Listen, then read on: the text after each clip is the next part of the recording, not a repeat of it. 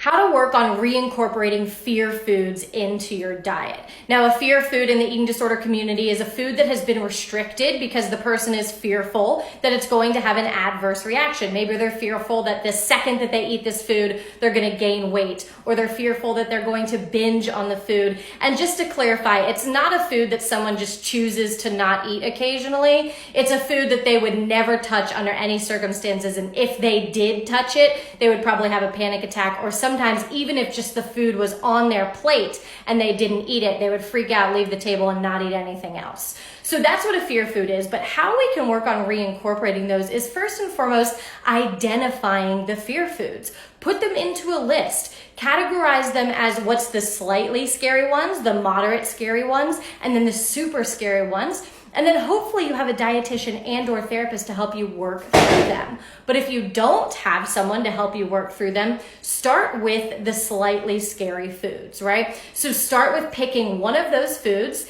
that you're going to add into your day.